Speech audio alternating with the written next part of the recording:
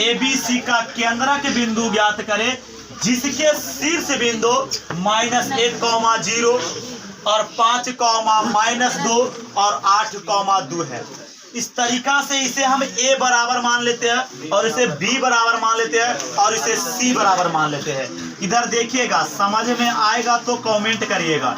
इधर देखिएगा, A बराबर लिख सकते हैं -1,0 और B बराबर लिख सकते हैं 5,-2 और C बराबर लिख सकते हैं 8,2 लिख सकते हैं। इस तरीका से यहाँ जो है आपसे पूछा उस त्रिभुज के ABC का केंद्रक ज्ञात करना है। ABC का केंद्रक ज्ञात करना है तो इस तरीका से हम लोग लिख सकते हैं कि केंद्रक इक्वल टू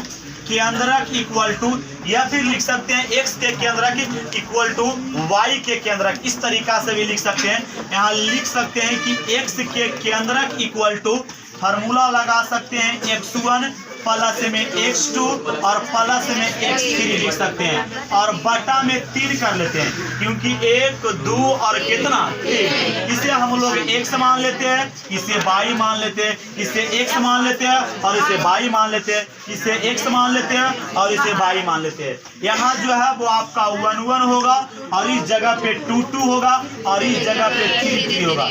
इधर देखिएगा, यहाँ लिख सकते हैं इक्वल टू x1 के हिस्सा है -1 और प्लस, x2 के हिस्सा है प्लस और प्लस है तो प्लस और x3 के मान है 8 तो 8 दे दिए और ये बटा में 3 है तो 3 कर दिए। इस तरीका से इसी तरीका से अगला स्टेप लिखेंगे -1 का प्लस 8 और 5 13 लिख सकते हैं और बटा में 3 कर सकते हैं। इसी तरीका से अगला स्टेप लिख सकते हैं कि 13 में से 1 लेस तो 12 और बटा में 3 कर सकते हैं और 3 चौका के 12 यानी x के जो केंद्रक निकल करके आया वो आपका 4 आया।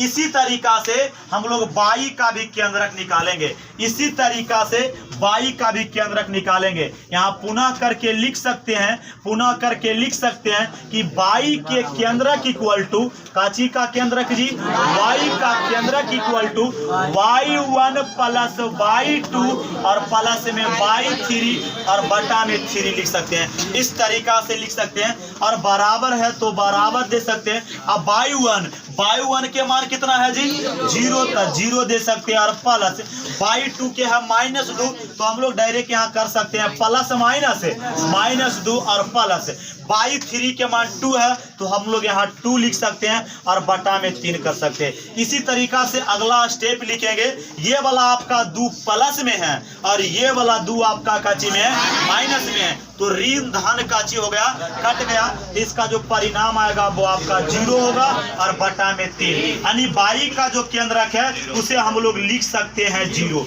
y के केंद्रक है उसे हम लोग लिख सकते हैं कितना 0 लिख सकते हैं। यहाँ लिख सकते हैं आंसर में पुनः करके कि केंद्रक इक्वल